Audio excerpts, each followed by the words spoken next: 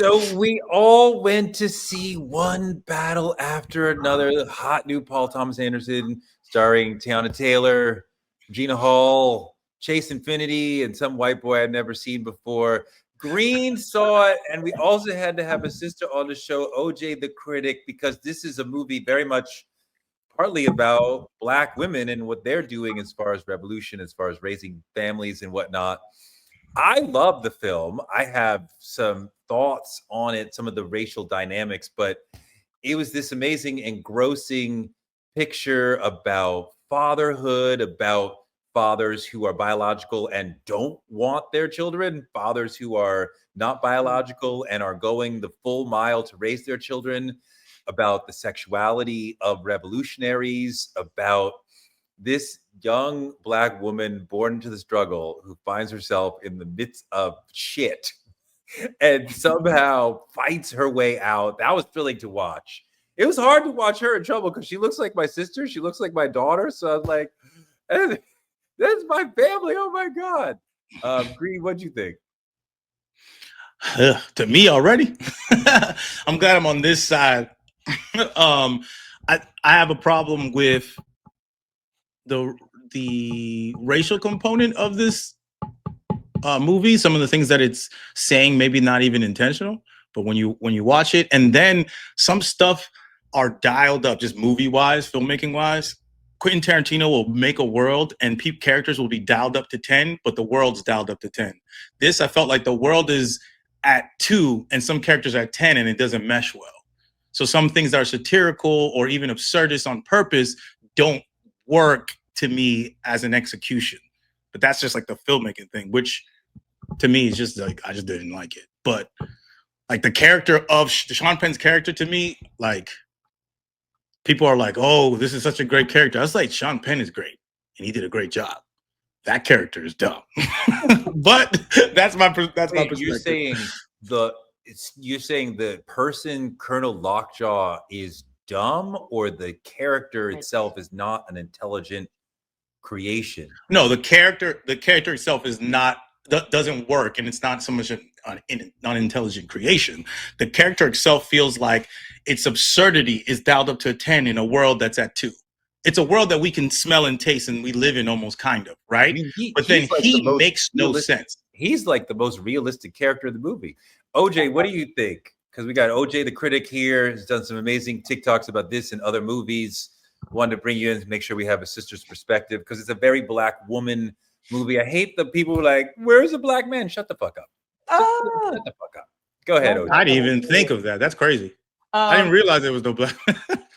Thank you. Well, that's the thing too. There was one, and he had an untimely end. But thank you. I appreciate that intro. But going off of what you said about the world not feeling developed, I kind of agree with the opposite, because he did feel really realistic. And then to me, I was just watching a movie like about our world. So because the situations and the racism felt so real, and I know that people like Lockjaw exist and they abuse their power to do whatever they want to minorities, especially. I guess I excused what the movie didn't do, because you are right. The movie didn't build it's a world itself. It just felt like it was placed in reality. I was like, yeah, this makes sense to me. So that's how I guess I might have, I let go of some of the world building that the movie didn't do, because it was in our world. I mean, he did take us through a world where it is a particular world, that there's all these little underground things that are happening. There's a tunnel here and an underground source there. And I even think about when he gets arrested and he's like, yeah, my name is Peter Parker. And the woman's like, hey, Bob, aren't you diabetic? And he's like, what? And she's saving him. And it's like, I thought about, remember in Fight Club when they were like, we are everywhere, right? We are the people you don't think about. And like the underground people who are everywhere you don't think about are like either with the French 75 or were part of it or whatever. He doesn't even know. How do you know who I am? And why you?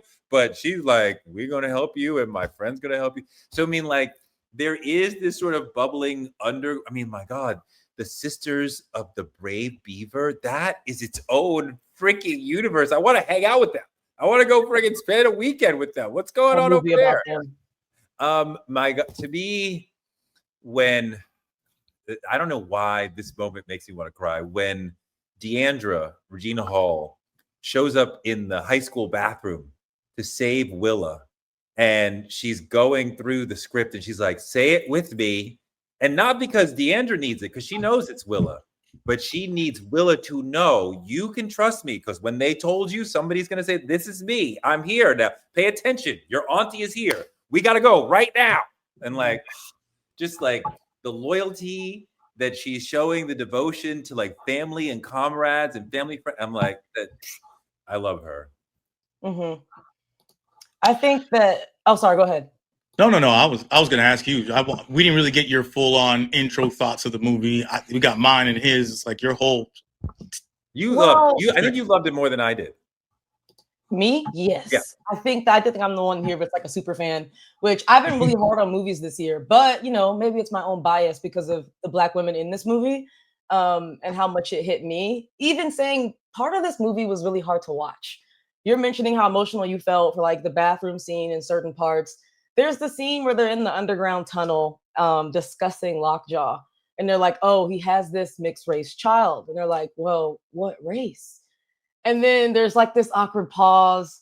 And they're like, Black. And then there's another pause. And I was like, oh. And of course, I was in the theater. I was sitting right next to a few white people. Just happened to be just right next to them. Of course. And I was like, this is painful to hear. But I know that these kind of conversations, again, felt really real to me. The racism, the disgust, the way he said it, getting dirty, the way he said that he got dirty. Mm-hmm. So that's part of the reason this movie, it tugged at my heartstrings. At the same time, it was still making me laugh. And it was still like entertaining. That whole emotion right there, the complexity that it's giving you. Mm-hmm. Perfidia Beverly Hills gives you all of that herself. Because just meeting her in the first minutes of the film, you're like, Teyana is electric. She is like on fuego. She is, everything she does and says is amazing. I can't believe you captured this. Because I'm like, I know that sister. I've seen that sister, but I haven't seen her in a Hollywood movie. So, oh my God. And then time goes on and she snitches and she ruins it for everybody else. And it's like, oh, you were so tough. And then you weren't when it came down. You had to save yourself when it came down to it. Like, damn. But so it's this the ups and downs you're talking about happen over and over with all sorts of different characters, and it's huge with her.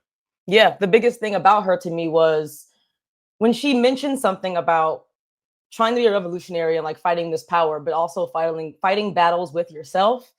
And I just will never forget that line, because when it comes to like the Black community and the battles that we're trying to fight against greater powers.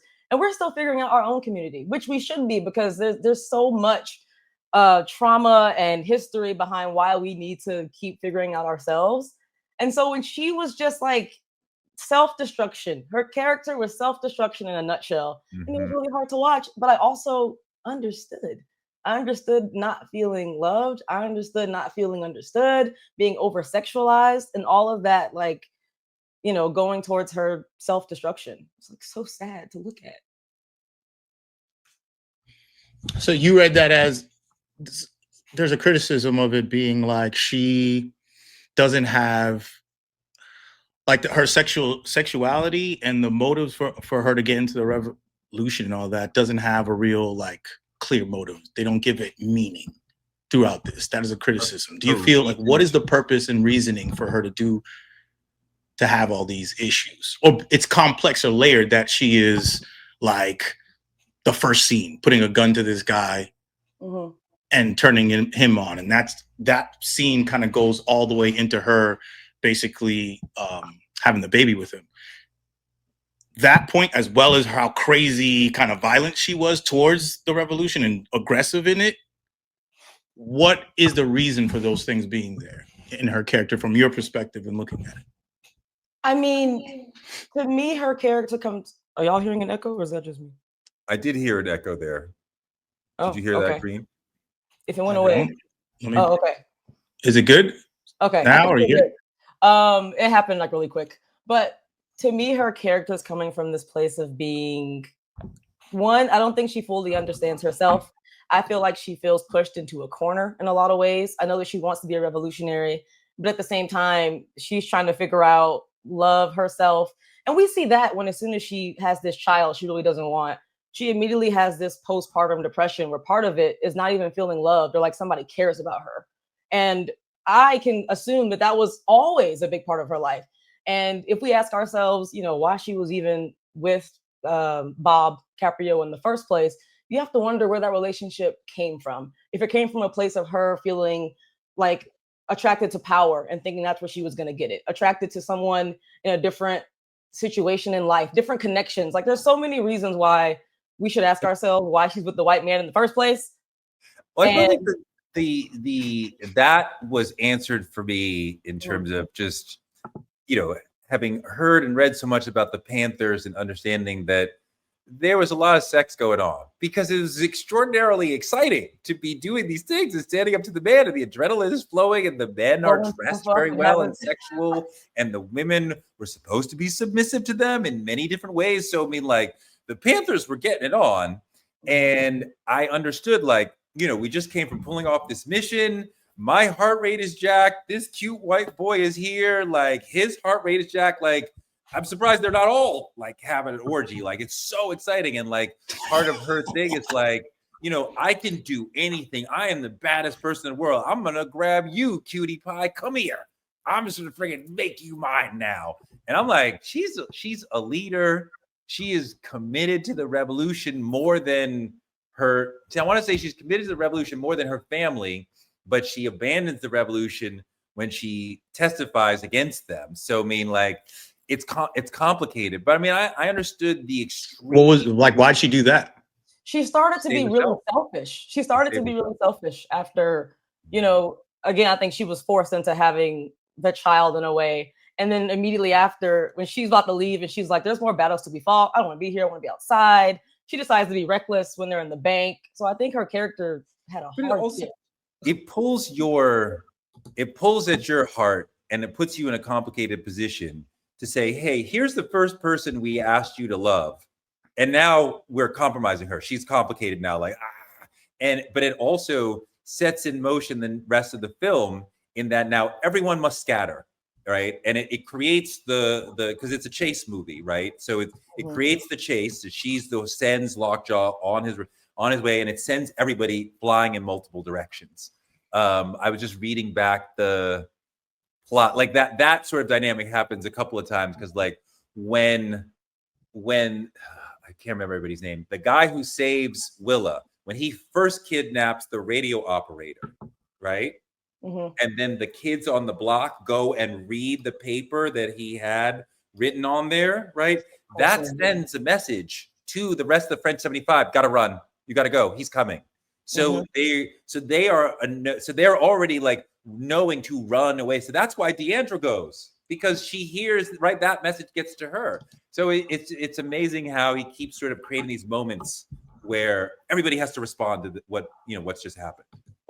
And her being the one that kicks off the movie basically. But it just feels like it's a Black woman story that gets this all going. I mean, the thing that I struggle with on my first watch, and I'll watch it again and we'll see how it comes up then. All the Black and brown characters are doing drama, and they are fighting for their lives, and they are fighting to change the world. And then the white character, the main white character, who's not Lockjaw, DiCaprio, he's doing comedy. He's bumbling and silly and always lost. And you know, Willa, 16 years old, she can remember the script. She wasn't in the French 75. She remembers the fucking script. Bob can't fucking remember the script. He can't remember the fucking password, so he can't save his daughter. Bob is always like bumbling and forgetting and falling like, wow, where do I? And I'm like, why is the white guy doing the bumbling comedy while all the Black people are running for their lives? And that seemed apparent. And it sort of brings up how a lot of Black and brown people are like out here, like doing what we can to save our lives or to fight for justice in this white supremacist situation. And the white people are like, because it's like they're making a choice. Yeah. I feel like the larger statement of the movie is like a commentary on white supremacy. And that's so I look at it all as in that. And then there's also a personal aspect with him when you think about his personal life, his wife, children, and all that. So I think there's still two things. So when you put that in that regards, it's like the white man is trying to fight against white supremacy, but doesn't know how. He doesn't understand how to fight against white supremacy. And this is Paul Thomas Anderson. So every little bit of every decision means something. Right. So I look at that, and then I see how Black women respond to white supremacy. You know, whether there's an allure to it as Black people in America, whether you're resisting it constantly and can see the allure, the ridiculous absurdness of white supremacy when he's trying to join the Christian Santa Claus Club or whatever like that, and what it's called. Like that's crazy. So it's like kind of in your face. But then I see that context that he's clearly showing us about a fight against white supremacy and how it can be like complex and layered, right? Where for everybody, then I see things like, the grandmother, then I see the racial component that I don't like. The grandmother says to her daughter, to Bob, Leonardo DiCaprio's character, she comes from a history of revolutionaries. That hit me right away. That didn't mean the obvious revolutionaries as in a history of people who fight against the system and all that, and that's simple, that's in the story. It meant a history of Blackness, a history of oppressed people, right? So that meant Black people. So now I'm like, okay, so that metaphor or allegory is throughout the whole movie. I'm looking at it through that eyes now to see if it holds up. And then it started holding up for me, where it's like, she's like going away. She's like, I have to continue to be a revolutionary. That she has to be Black. I have to stick up for my heritage. He's like, why do you have to be Black? We have a kid now. We can be a part, we can assimilate. That's what that is. We can assimilate into whiteness because the movie's about white supremacy. So she's saying that you can assimilate into whiteness. After that, I see he's raising the child and he's just drunk and not caring about anything. And the revolution is something that he cares about and brings up. Except he cares about her. He loves her to death. Of course, he loves his child. And the revolution, remember, which I'm saying is an allegory metaphor of Blackness, right? The revolution is something that he even still brings up and cares about and knows that he should care about. As a white man, it's not something that he's actually doing any actions for. He's sitting around drunk, high, not doing anything for the revolution. And then goes, what do you do? You remember when he goes to the teacher and says, all I see is slave masters around here. Are you teaching my kid the right things? Like, are you teaching my kid how to be Black? Are you teaching my kid that she is something, not just a white supremacist in a white world? Are you teaching her that she is another or a POC? And the teacher's looking at him like, I know, yes, I know this. That was that whole like joke that's supposed to be played on. After that, it goes to the scene where Regina Hall finds her. She's like the Black auntie to me. She's like the Black auntie that came out of nowhere. Is like, hey, I'm your family.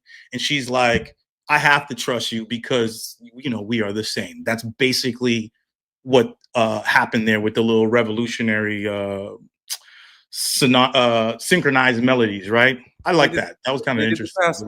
They did the password. It proves I know who you are. Yes, but it was deeper in the metaphorical, allegorical sense of that. I'm saying that's our Black auntie, and she takes her to the rest of her family. The nuns are a representation of her Black family.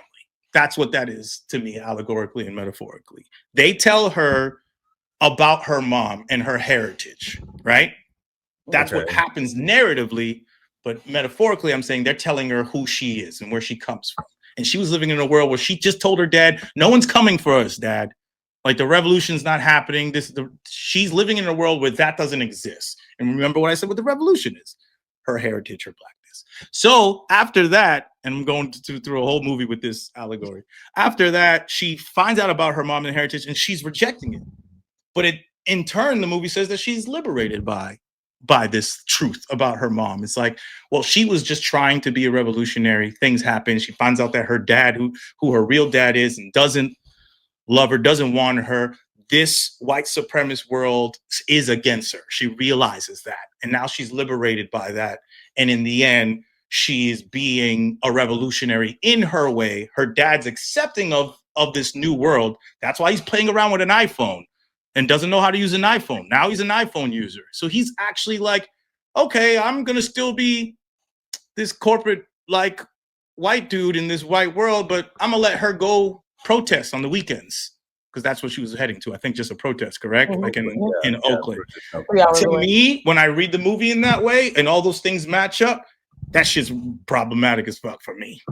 There's things about it that I was like, oh, I like this. I like how the chase scenes and go like that. But when I think about this, especially coming from who it's coming from, it feels like more so exploitation in the form of art instead of art with meaningful resistance.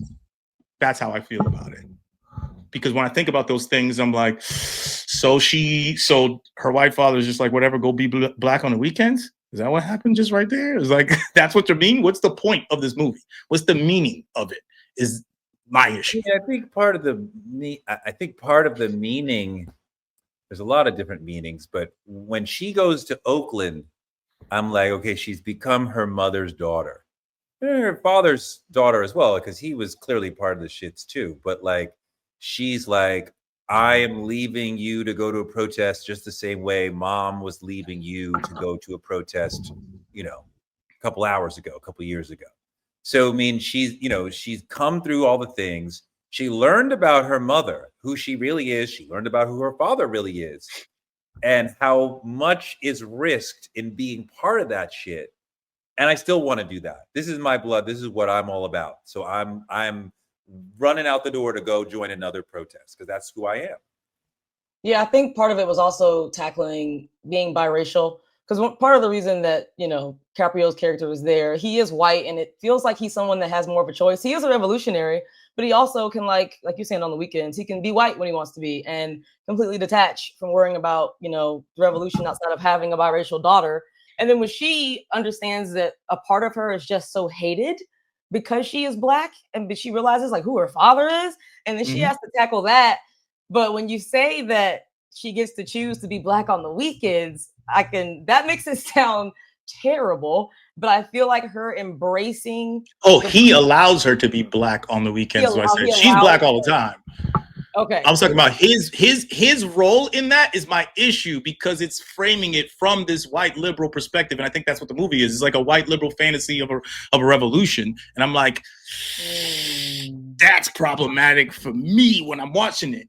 And then there's just like little movie things, but that's how I see it. And so when I see it's like, why are you there? And I agree with everything you just said. And to me, that's problematic. It's like, why is this white dude allowing her to be black on the weekends? Like, I'm gonna sit here, tick, tick, tick, tick. How you work this thing again? Oh, you about to go be black? All right, holla at me. Take that thing with you when you go out there and be black. That's my issue.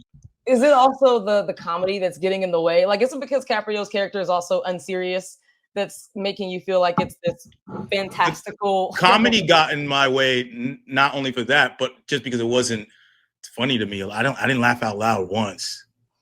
And I'm a type of nigga that laugh at everything. So so clearly something set me off. Something set me off from a racial political point in the beginning, and then it just kept going this way. So if something was funny, I couldn't even. I wasn't even there. I just be laughing at stuff. Let me ask you about this. Go ahead. Jungle Pussy monologue. Do you remember that when she gets on top of the bank? The bank. Yeah. How did you feel about that, both of y'all? Okay, Felt yeah. cringe to me. Okay, I was gonna say, as much as I just said I like this movie because of the black women, I didn't love that part. I can say that honestly. I don't want to say out of place, maybe unexpected, but I didn't think it was necessary. Honestly, I felt that's the part. I don't know. I mean, there was a showy badassness to them, and it was, to their group, and he's kind of showing that, they would take off the mask and brag about, we're doing this, because they're not really bank robbers. They're really trying to get money to fund the revolution, right? Mm-hmm. We're not just taking it so we can have a nice life. So, she's unrepentant. Like, I'm doing what I need. I mean, like, I understood that. I didn't mind that. It creates an interesting contrast from when they pull them down, because we don't get to see Perfidia humbled, right? Because she just leaves, right? When she decides to go over, that's off stage, and then she just leaves for Mexico. So somebody's got to be brash and then be humbled. So Jungle Pussy takes that bullet as far as she's badass in the bank, and then after Perfidia drops a dime, they're up in her face, and she probably gets shot in the face in that scene, or she gets cornered, and like, you know, she's gonna catch it. The question I had, OJ, I don't think Bob ever knows that Willa's not his daughter. Oh, that's fair to say, because he's in such chaos just trying to find her. The movie doesn't really confront him having this sad realization. Like, oh, he doesn't know everything about Perfidia, basically. I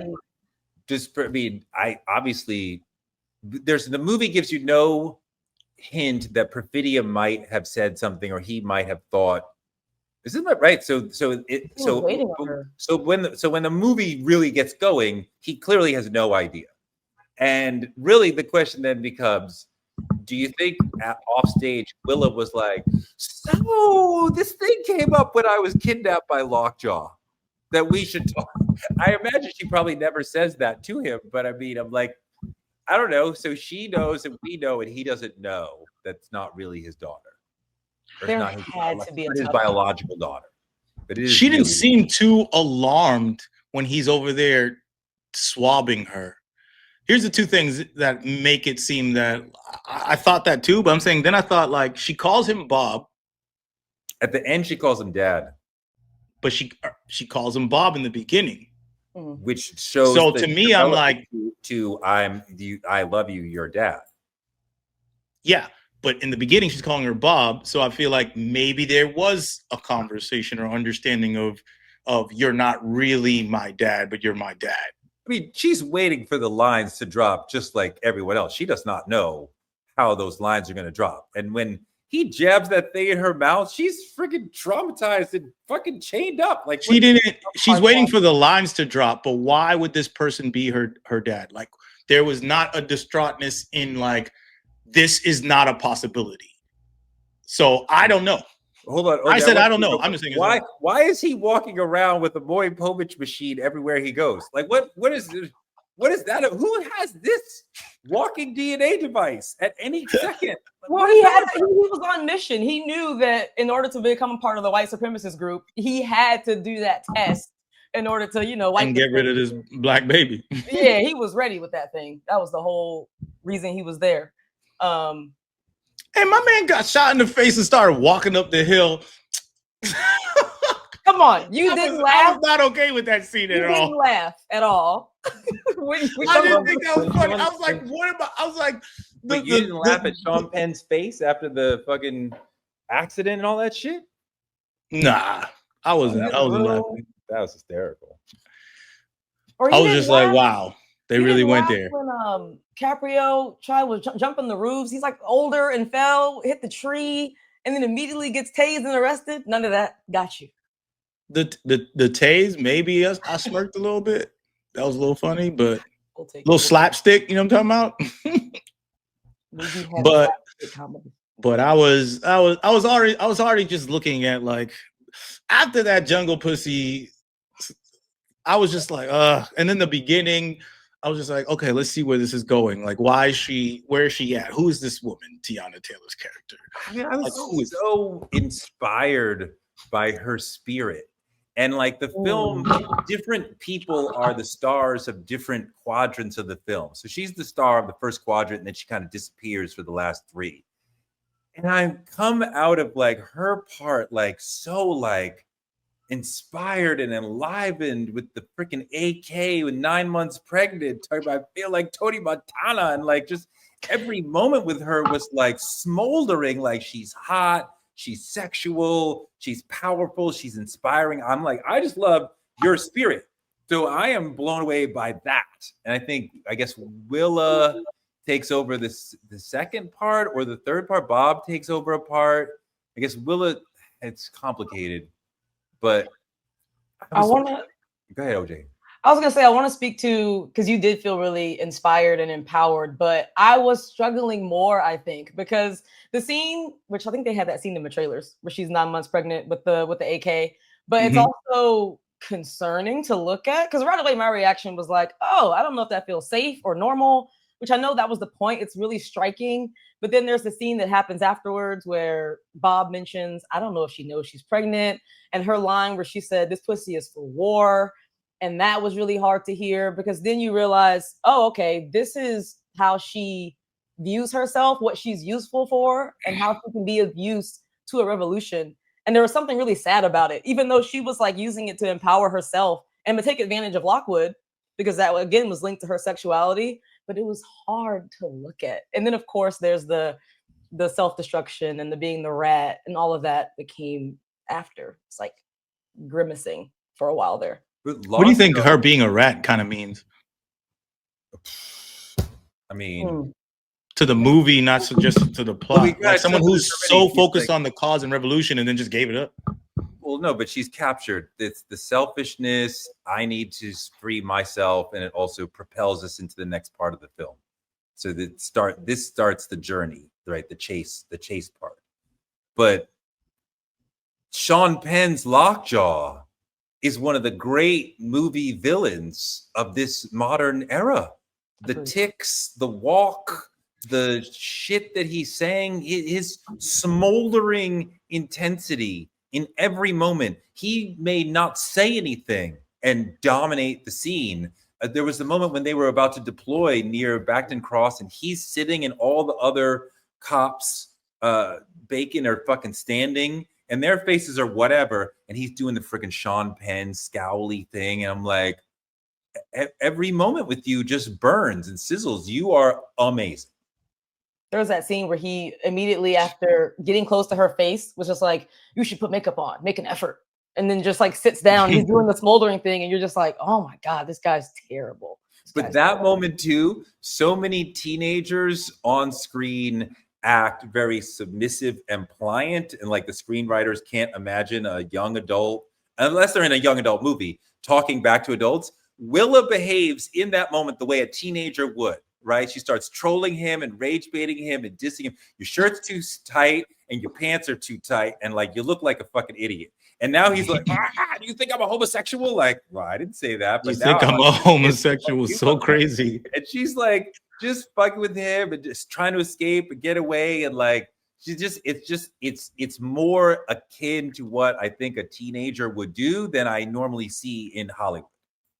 I agree. She killed that role to just be like launched into this insane cat and mouse situation and have to go toe to toe acting wise and all those emotions. Just incredible. Just incredible. My favorite character was Benicio del Toro's character. He was amazing. Great.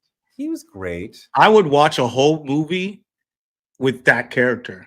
That whole underground system, how calm he was, and like he just had a plan for everything. And it was, and you didn't know it as the viewer, and the people in the movie didn't know. The characters didn't know, like how he had him drink gave him a beer, and he was drinking beer, and I'm wondering why they're drinking beer. You realize he stops, and he's like, "Oh, I just threw some trash away, and I'm getting a DUI. And I'm not helping some resistance, get away. I just was a drunk driver. That's it. And I let all these people out. Like everybody, he completely got out of that clean in his aspect, and completely controls the world, that underground system in that world that he's in. He's the most light out of all the revolutionaries in terms of his vibe. Though he is closest to Bob's comedic vibe. But I took Benicio or the sensei's lightness as, I have seen it all. I have been through it all. It is fine. We will make it through this too. Whereas Bob was like, wow, what do we do next? Oh my God, I'm so stoned. Ah! Right? So I accepted the sensei as like overstanding the situation. Whereas Bob was the white guy who was like, it's my first revolution. Like, yeah, okay. Because you don't come from a line of revolutionaries. You don't even like when he says, Viva la revolution, the timing is comedic. And I'm like, okay, Sensei is actually doing the revolution, and he's actually acting. Yeah. He felt inspired. He's getting inspired by Sensei. But that's the other thing about Caprio being the comedic relief. It's like that role could have been played a lot darker because he's an alcoholic, or no, I should say he's like a pothead. He's more of a smoker, I think. More of a pothead. But I feel like he's struggling with depression and his life is dark and he's in hiding. So he could have been totally different. But instead, they were like, let's play this for laughs and kind of poke fun at, like you said, the bumbling idiot white guy in the movie. It's kind of weird to have the main character of the movie be comedic relief and everybody around them is doing drama. I mean, you know, I guess you know, Paul. Look, part of what's happening here is that Paul Thomas Anderson usually does very serious pictures, very dry and artistic, and The Master and Phantom Thread and even Magnolia, like very serious art films. What was the one with Punch Drunk Love? Right, like I love Punch Drunk Love. Right? You could, but they're great. But you could show them in an art gallery, right? And not since Boogie Nights did he do something that was like entertaining. And so this is him going, okay, so we're gonna have car chases and violence and like laughs and like big things. And it's not gonna be all like quiet. Like The Master is very quiet, even though it's brilliant. You know, we're gonna go back to that because he needs something big to justify. We spent $150 million on the picture. We gotta fucking like get people in the. So we got to do a big. I mean, and the days of doing like a quiet art housey kind of film is kind of dead. Like nobody's really doing that anymore. So like we got to. Even Paul Thomas Anderson has to be a little more P.T. Barnum. So that's the attempt to get, you know, Leo DiCaprio, let him make jokes, you know, have some. It's a great. There's two great car chases. I think the second one in the desert. I love that one. Plane, going slowly, and I was like, "Why is he going up and down with this?" And then when you see, oh, that's why you were setting us up. He's good. He's good. I love that scene. He's. I haven't seen all his movies. I've seen Magnolia, Punch Drunk Love, and Boogie Nights. Boogie Night and Punch Drunk Love I like. Magnolia I'm not a fan of, but you cause there is a comedic sense in all his movies, kind of. Whoa. You just yada like one of the great films of the past 20 years. Oh, Magnolia? Yeah, I don't rock with Magnolia. Like, wow, okay. But I have my own taste. But the him as a filmmaker, like quality and skill set, is just that's undeniable. So I'm watching things, and the way he did things in this movie as a filmmaker was just crazy, just beautiful, and striking images, and like just how the chase scene was filmed, because you could feel that tension, and it's so slow. That was so interesting to me. It's like you're used to how chase scenes. Oh, and the sound design, like when that car crashed into the other car, I've never heard a car crash like that in a movie before. Like I don't know if it was the theater I was in. I was like, that's crazy. And then that tension that built up with the camera slowly going up the hill, then you see the cars and you're looking back, and it was so drawn out, but you felt it the whole time. So the first car crash, the first car chase, when they're squeezing through cars and cars are getting wrecked because they're really like pushing through traffic, that was pretty awesome. When Sean Penn's gigantic truck went off the cliff, that was a really well done stunt. Yeah. Well, when he got shot? Yeah, when he got shot by the Christmas Avenger enforcer, and then the way the truck sort of peeled off the cliff, I was like, oh, that was a good fucking stunt. That's a good looking shot. It also seemed completely deadly. So yeah, you can imagine how we're all feeling after seeing how well that was done. And he's walking. Yeah, like we thought he was gone. Nope. God, his walk throughout this picture is this constant refrain of assholeness.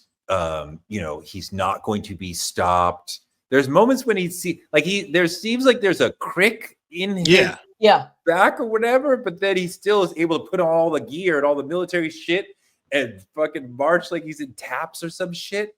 It's like the overcompensating and, you know, feeling less than. And that's part of the reason he's attracted to blackness in a way. His character was a mess, but it was saying a lot about white supremacists. My God, the white supremacist would rather murder his daughter than not get to be in the white supremacist club. Absolutely. And yeah, just the shame. And again, just saying dirty, just calling it dirt and being like, ugh.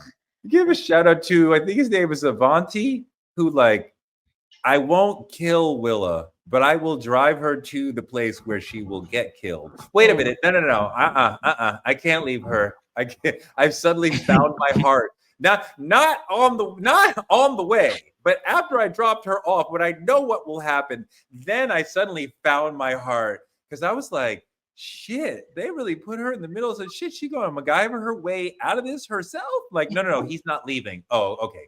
He gonna get her out. Okay, fine. Because that was very triggering. Of the 16-year-old black girl left alone with the freaking MAGA military crazies. 1776. Oh fuck no. Then the boat. I'm like, oh, we about to get in some Emmett Till shit. No. Oh my gosh. Just see such dark, and I think that's part of the reason. I'm hearing that the person that was handling the source material is what's making you not like the racial tension, because what you just described is again so real. But I'm forgetting King? Green, yeah. Oh yeah. Oh okay. I didn't know you were talking to me just right now. So now let me make sure I actually say yeah. All right, good. But you are also bothered by who's handling the source material for the movie, and that's why you don't like scenes like that, because to you it's like being handled incorrectly. I want to understand when you said earlier. Okay. Yeah. I also don't see them. I don't see Perfidia as a revolutionary as we think of revolutionaries, like in our world. Oh. Like I feel that it's more so the metaphor holds firmer than the actual term of revolutionary. That's how we see it, right? Because she's like a runner. She's a rat. You know, grandmother says she's a runner. The other black woman says she's a rat. We know that she's selfish. So all these things, but then she's saying she's about the cause. So is she really a revolutionary? Not really at all. Because a revolutionary ain't ratting and ain't running. You're a stump. No, I mean, like, you're not supposed to snitch, but I mean, like, what do you mean you're not supposed to snitch? It happens. I mean, like, that is a realistic part of the revolutionary life cycle. That happens, and it is valuable to the story in that it launches into the main part of the story. Like, you need that to then send the government after all the people. So I mean, like, it's an important. Don't need that. That's just what the story is. It's not something that's needed. It's a chase story, and this is the inciting incident that leads us to the chase. Like, we got to have a story. Okay, that's apart from the revolutionary aspect of is she a revolutionary and a runner and a rat? Those three things are three R words named are who she is, right? Those are three things that she was. Oh, Go sorry. Go ahead, OJ. What I think that what we're talking about or talking around is that when she says that her pussy is for war, and her huge role in the first part of this movie is again body sacrifice and feeling like she needs to be sexual with this man, have the child that she has or whatever. None of that works out for her. So I feel like she thought she was on the path to being this great revolutionary. That all gets taken away because of decisions that she made, and then having postpartum depression. And I think, like I said, it completely shifted her character. So you're right. She's not like the person that we imagine or the ideal revolutionary. But I think because of what happened to her, she started to be selfish. She became a rat, decided she wouldn't just go to prison, like make the sacrifice, because I'm with you. That was an insane decision. But because of the sacrifice, I think that she made, that was her great sacrifice. And when that didn't work, she just crumbled. Was no more. I feel like it even so the community of black nuns, those are real revolutionaries and they're still doing it. Benicio del Toro, as we say, they're still doing it. They're still acting on it. She is like a representation of how your selfishness can derail maybe a revolution and and then move into those spaces. I see that, but to me, it's not executed properly. It doesn't feel like it's fully saying that, because I don't get her motivations and why she is who she is, other than the fact that she's black. Like, I literally have no idea why she is who she is, other than her blackness. And to me, that's where your first question, where now I'm like, who did this? Would a black woman write it this way? I don't know. I don't know. And I have a problem with that. That's where I'm at. I think part of the thing that we are supposed to grasp is that Perfidia is one sort of person and Deandra is a different sort of person, right? And Perfidia snitches to save herself. Who's Deandra again? I'm sorry. What's that? Gina Hall, right? Oh, okay, my bad. Okay, yeah. Yeah. Perfidia, right? Deandra, Gina Hall, stays with the revolutionary principles to the end and doesn't snitch even when she's given the full opportunity to save herself. She's crying and she's like, it's the end of my life. And she's like, I'm still, that's who I am. And this is what Willa has to decide of which of these two revolutionary mothers am I more like? And people are looking at me, especially on the sisters ranch, about like, you gonna be a rat like your mom, or you're gonna be cool like the one who brought you here. So the two sort of long-term result of being a revolutionary are played out, and then the question becomes, who will Willa become? So some of the, we're purposefully meeting these revolutionaries in medias res, in the middle of their lives, as they're already freaking doing their thing, so that later we can get to the question of, will their children follow them or not? So you see the depth that you are looking for is in Willa. We are supposed to accept this is the way Perfidia is, this is the way Deandra is. Why are they that way? I don't know. I mean, we do get a lot of why Perfidia is who she is in terms of getting to her family. We don't meet anybody else's family. We don't meet Bob's family, right? We don't see anybody else's family. Why she explain why? What does the movie say that why she's the way she is? You just seen her mother, but I don't know why she is the way she is. And the second part of that question is Willa. Willa is taking the reins of how to be a revolutionary the right way. Right? That's kind of what you were implying. I don't know if it's right or wrong. She is starting her personal revolutionary journey in the movie's last scene. Before that, she was not about it, protesting anything. She was just dealing with the long-term pushback of being in the child of the French 75. In Oakland, she is doing her own revolutionary journey. So now she's beginning to say, this is the person I want to be. I think what she's doing to me then is why I have a kind of problem with it. But I see exactly what I feel like we're saying we see the same things, but what I'm taking out of it is a negative response to it. I mean, you kind of want a little bit more of Perfidia's backstory, and I don't know what would fix this movie for me. I've accepted that. It's not that her backstory. Now I'm okay with what this movie went. That's not how it is. I thought about it, and that's why I want to see it so much. It's like everything compounds what I don't like. But we don't got to stay on about what I don't exactly like about it, because I feel like I put it all out there. It's like Benicio del Toro's character I like. Acting to me was top notch most of the whole movie. I can't be mad at that. I love Teyana Taylor's acting job. I'm sorry. What? Who in this movie doesn't outact Leonardo DiCaprio? All of them. When Teyana's in a scene with him, I'm like, does he know that they're recording? Because she knows they're recording. That's wild. And when he's talking to Benicio del Toro, I'm like, he knows that he's really doing the thing. Is he? Even with Willa, I'm like, she's fucking doing the thing. And I loved her. Like, she did so good. Like, that's what I'm saying. I think among American lead actors, he's not that good an actor. Among Leo people, yes. Leo or Benicio? Here again, I just said they all outacted him, just the same as The Departed. They all outacted him. The same as in fucking Django Unchained. All the major actors outacted him. Django now, okay. What's happening right now? He's going on a rant about Leonardo DiCaprio. I forgot he doesn't really rock with Leo like that. You're he's a good actor. He's a good looking person. He's not a great actor. He's a great actor. You're tripping. Yeah, I kind of Django. Pretty good. Monsieur Candy, nigga. That was a great character. Did you see Jamie Foxx in Django? Did you see Christoph Waltz? First of all, Jamie Foxx was good. Harry no one's better than They're Samuel Jackson. All outshining his ass. Did you see Sam Jackson? Sam Jackson was the best actor in that movie, and I can't believe that someone else won anything over him. That's racism. The Oscars. I don't give a fuck about the Oscars. Fucking Sam Jackson's incredible in that fucking movie. Jamie Foxx is incredible in that fucking movie. I would say Leo did better than Jamie Foxx in that movie. It's pretty good in that movie. Even in one battle, like when he has the scenes, he's just on the phone and he's figuring out how to charge his phone, or he's talking with the people that aren't helping him on the other side.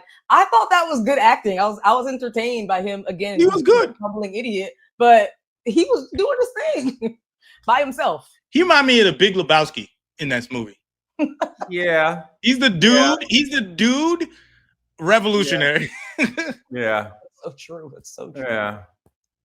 Yeah. So, and I like the Big Lebowski. So you gotta act good to be that too. You know what I'm saying? I feel like you hating, and I don't even like the movie, and you hating on Leo.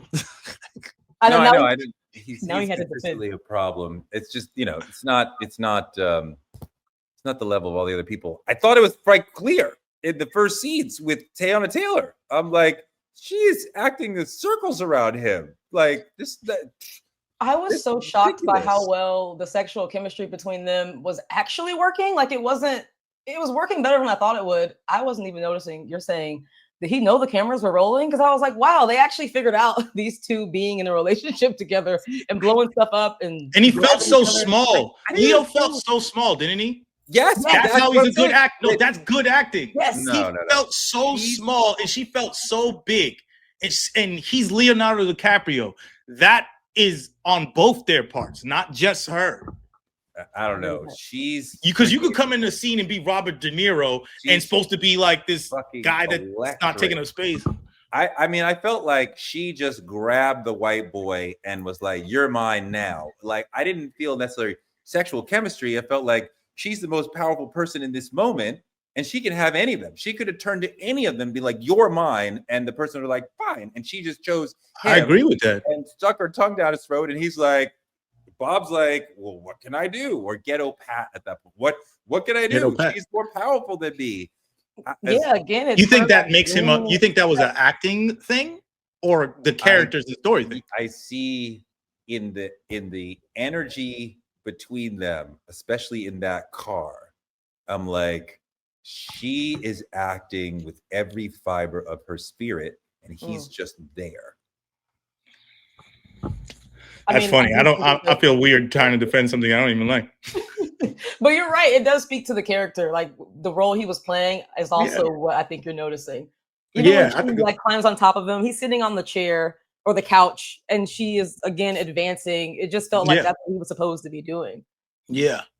He was playing that person that you're talking about, someone that is small, doesn't have, you know what I'm saying? We've seen him play somebody big. We've seen him take up all the space on the camera, and this is him making himself small, but then the lead, it was bad interesting. I think that was interesting. All of these were interesting choices, and I don't know how to like. Usually I look at a movie and be like, oh, this is what would have fixed it for me, or this is this. This one is just more like, this just is what it is. Wow. It is what it is. But I do want to know your opinions on Weapons. If you think that was not the best horror movie, what was this year? Wait, so are you putting Weapons above Sinners? Maybe I don't put Sinners as a horror movie. But I like Sinners better. Is horror. Oh, I just don't think of it as a horror. No. People are saying that Him isn't horror, and that I can more so get behind that. But I would say Sinners is supposed to be. Sinners is a horror movie. If Sinners is a horror movie, then it's better horror movie. No, Sinners is a vampire movie, which is a whole different genre. Him is without question a horror movie. It very much wants to be a horror movie.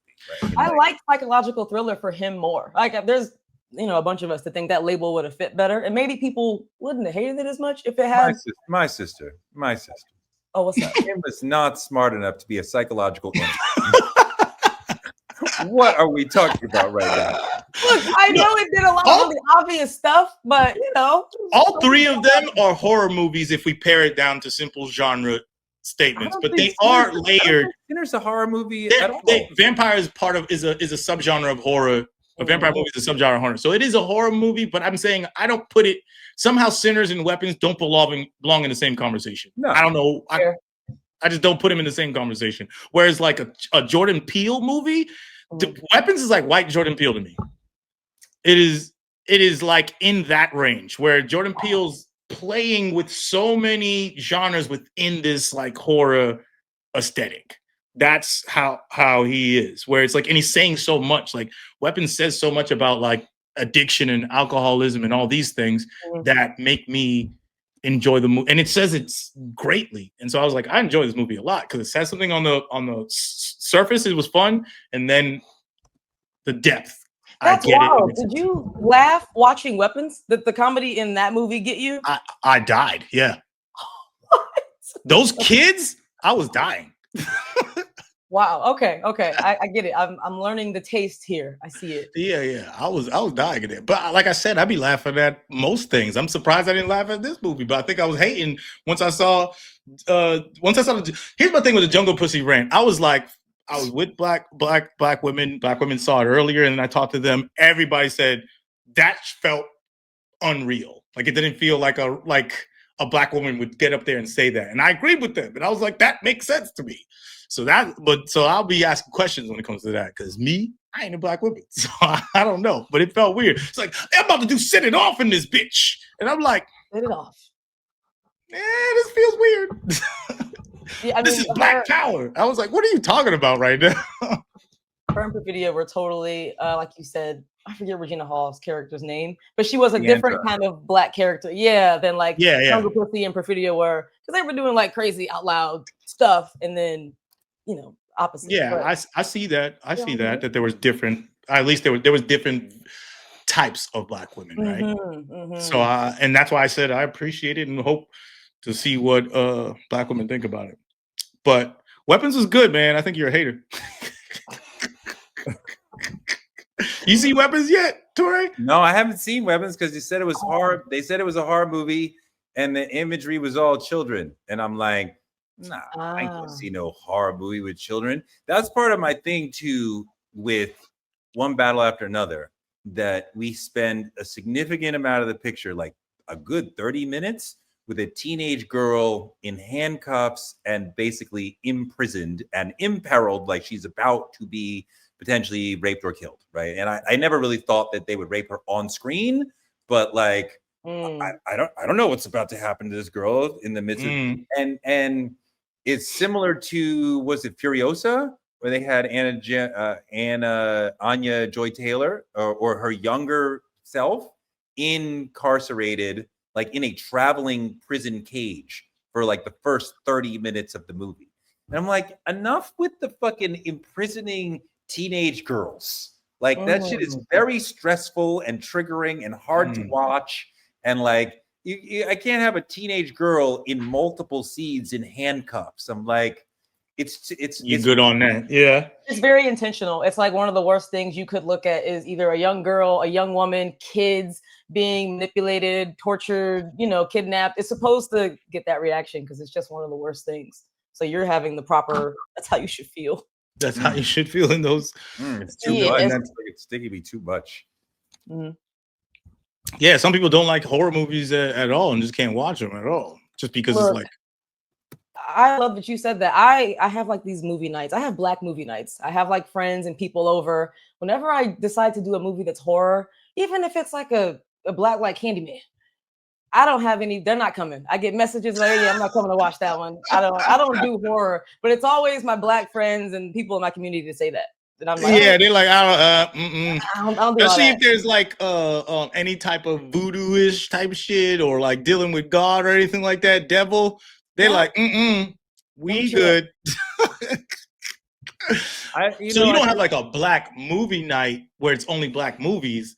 You have a black movie where it's black people watching movies. It's sorry. Say that again? Both. No, I'm saying like inviting black people to watch the movie. Yeah, well, I mean, anybody could come, but yeah, no, it's a black movie night, and I invite like my community, like black people. Let's get together and watch like classic black movies that we can get to the theater. Like, Gotcha.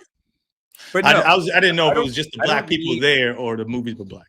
I don't need to go to the theater to be scared, which is what you go to a horror movie for, because you want that adrenaline rush thing. I don't need that. Now, we have seen black directors use horror to talk about the black experience in really important ways. Not just Jordan Peele, but like that was the whole Candyman thing that he played on. Candyman was already had a racial aspect to it.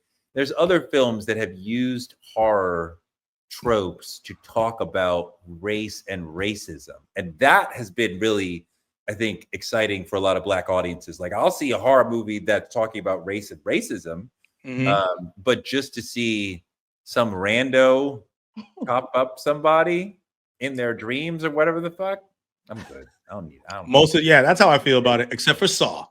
I fuck with the Saw. Oh. Wow, and then okay, you picked one of the craziest movies you could have. Saw because of like the thriller aspect of it. It's like I can rock with Saw. But no, but OJ was getting at a question before about one battle that I think part of your issue, because it is a very Black movie, even though it's not helmed by a Black person. It's not the number one star. It's not a Black person, but there's a lot of great Black characters, and Blackness is a big part of the film. But you don't like that a white person is in charge of the show. Me. Yeah. Because Steven Spielberg made Color Purple. I love that movie. I was thinking the same thing. I was thinking about the same movie. Say again? Steven Spielberg made Color Purple. I love that movie. So it's not that. When you blanket the statement, I don't like the charge that a white person, I don't like that this white person made this movie specifically. Wait, so do y'all think that because white people were not fully in charge, because Jordan Peele was involved, but him had a lot of white influence, direction, maybe that's the reason it didn't work the way it should have? I think that movie just sucked. Black characters, of course, or 1.5 Black characters, but it's not. Is it about Blackness? But one battle is very much about Blackness. So there, it's talking about Blackness. So I mean, I don't think him is talking about Blackness. It's talking about being a football player. What about the whole? Again, some of it was obvious, but the whole slave trade, exploiting Black bodies for entertainment, it felt like it was about Blackness to me, because you could detach it and say it's just about football and sports, because all those athletes go through a lot.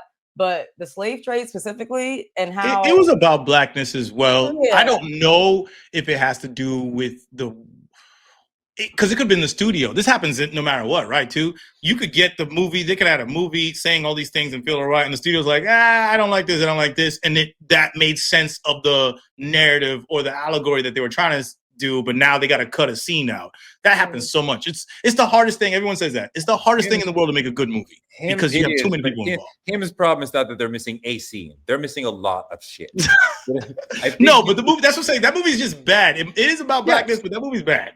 No, but it's not. It's not about Blackness. It does touch on the thing of the slave auction is kind of, sort of like an NFL camp, kind of, except they're trying to get millions and they're not. But whatever. We keep coming back to that bankrupt analogy. But you could do him with a white goat, and half the audience doesn't know that Tyreek is Black anyway.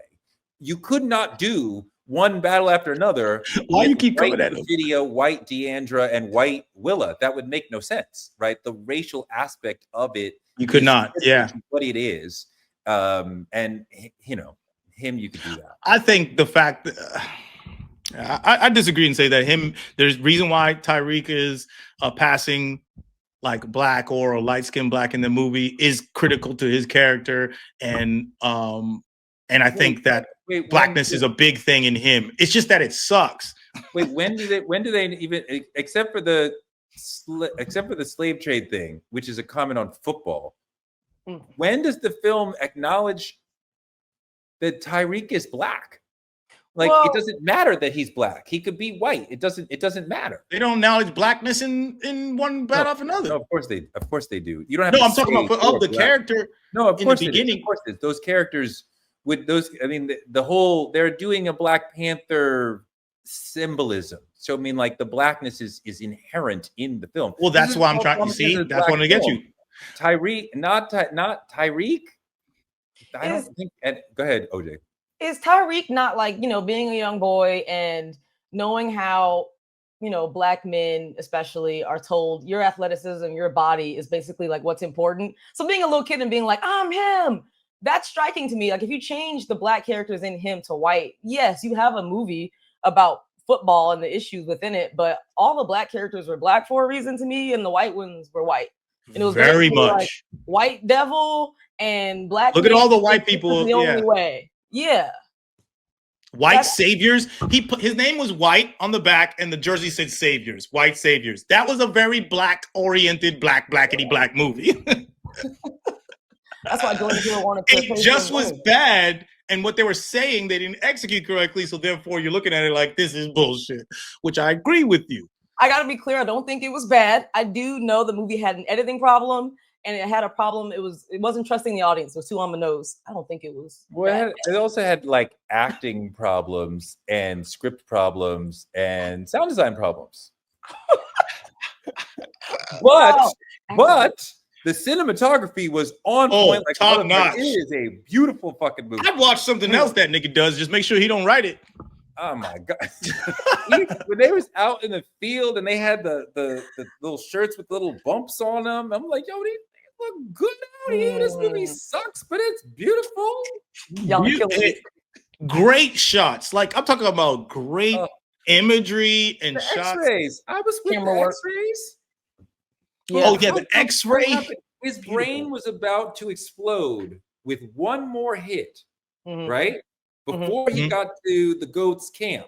That whole storyline just disappeared. What happened? He's out here hitting people, taking hits.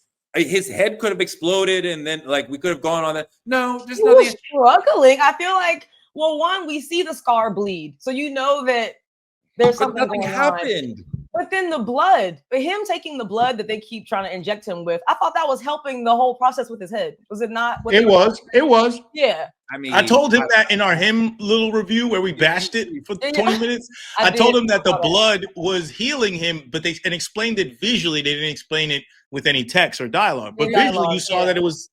I mean, helping him go along. I don't need that to heal him. You told me the character is on the edge of destruction.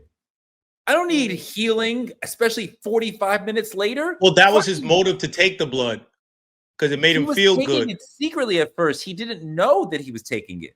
Right. No, but he was taking something though. That's what I'm saying. He's taking it's steroid metaphor. The blood is as a plot device. The blood is completely misused. It's far too small. It comes up far too late. It should be a much larger thing earlier on. We should understand. This is why this nigga has 8 and nobody else has shit, because he takes the special Lance Armstrong blood. Like, and like, why? But like, why would, I don't even bother to remember his name. Why would Tyreek's character not want it? But also when he says he doesn't want it, there's no penalty. There's no consequence.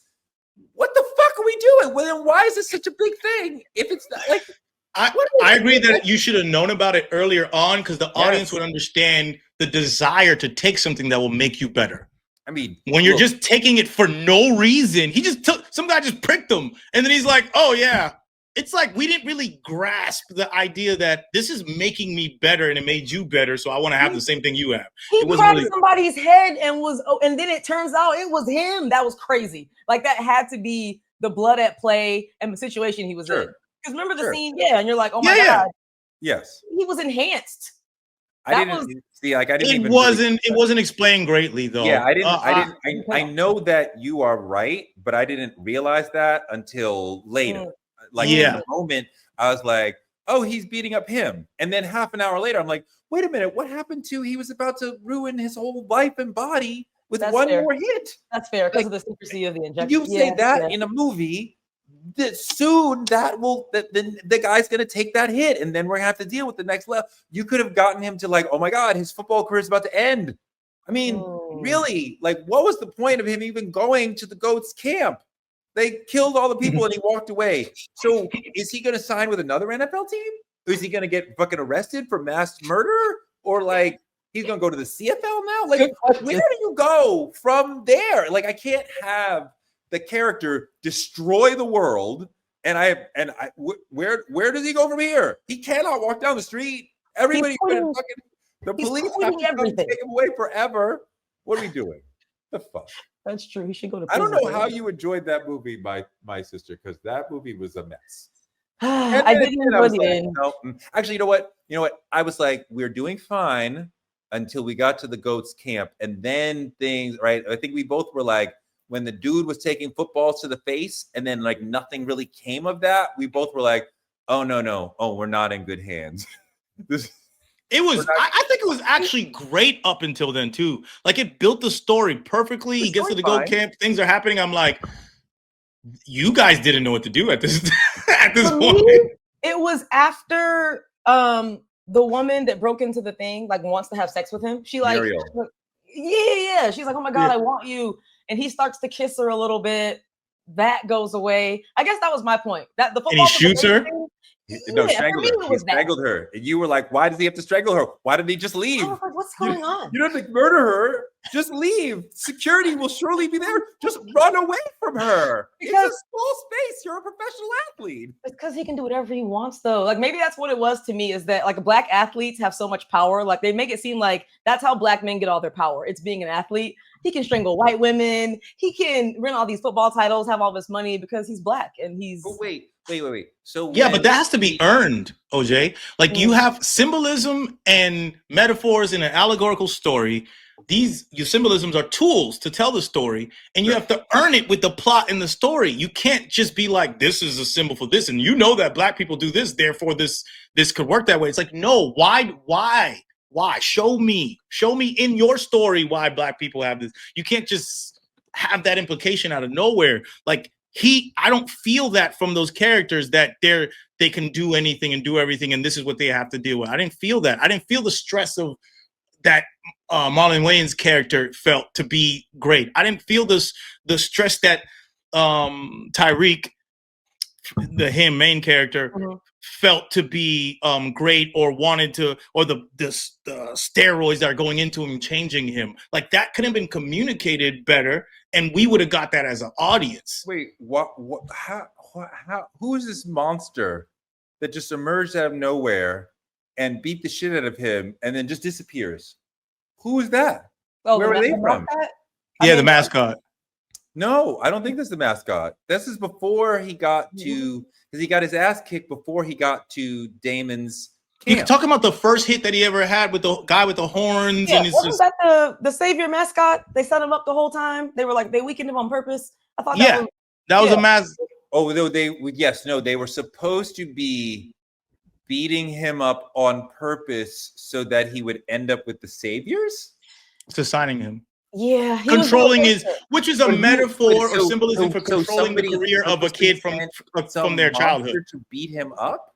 Say it again? So somebody purposely sent some monster to beat him up? It doesn't work, and this is what I'm trying to tell OJ. That doesn't work, but I know what they were trying to do. But it doesn't work. I agree with y'all. I agree that the movie spent so much time like hitting us over the head with obvious like religious iconography and like devil stuff that it didn't develop other parts of the story. Yeah. But I'm still sitting here saying like, okay, well, I knew what they were doing. I enjoyed it. I thought it was a good watch. So they got to a certain point and like fell off hill. But I would never be like, because I could tell y'all hate it. Y'all really hate it. Yeah. No, that one. I don't feel that way. Like one battle after another, I may dislike, but I hate that movie. No, I hated him, but I love one battle after another. That's just like I love it in spite of the problems, and I trust Paul Thomas Anderson, and so much in this is good that I'm like, maybe it's me that I don't understand the point or the value of the racial dichotomy of Bob being a clown and everybody else being serious. Like that, maybe that's on me. Right? Like I'm not even saying it's a criticism. I'm saying that's something I noticed. But I mean, this is a great piece of art. Probably the second best film of the year. And what, Sinners is your best film?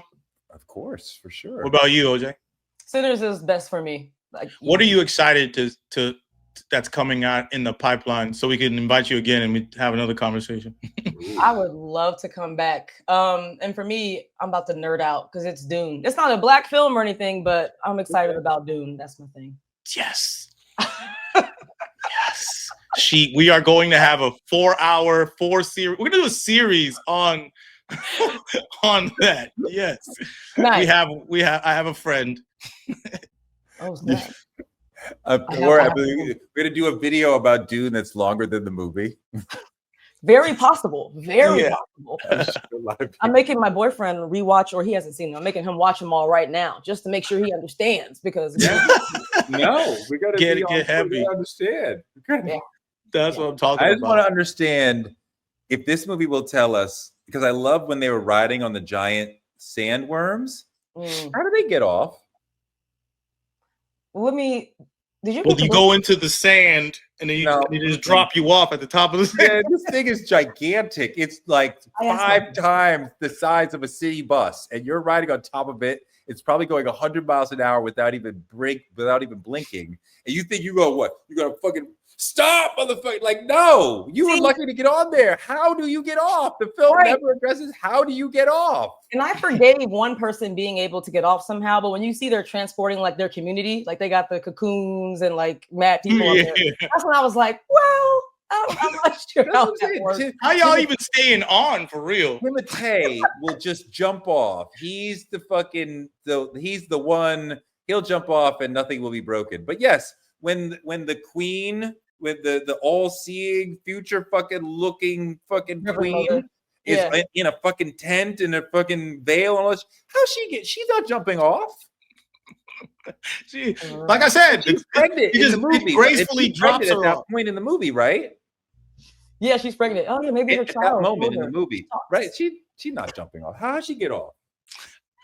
These are real questions. These are real questions. I like my man. What's my guy? French name director. The director of Dune. Gerard Depardieu. Huh? Gerard Depardieu. No. What's his name? Starts with a D. But anyways, Villeneuve. Villeneuve. Yeah. His aesthetics in a movie I could just watch. Like I watched that Blade Runner movie over and over again. I don't know if it's good. Ooh. I don't know if the movie's good. I'm just watching the movie because it looks amazing. Yeah. And they spend a lot of time on it in Blade Runner too. They know. They spend so much time with the shots that are showing the world and everything. Oh, I could just leave that on in the background. Yeah. That shit is great. It's like a painting, just a moving painting. I can watch that. But OJ, thanks so much for coming through. Come back. We'll talk about some more movies.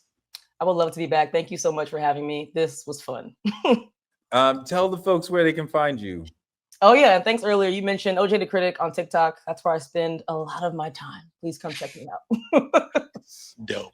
I'ma get $1 million in the bank.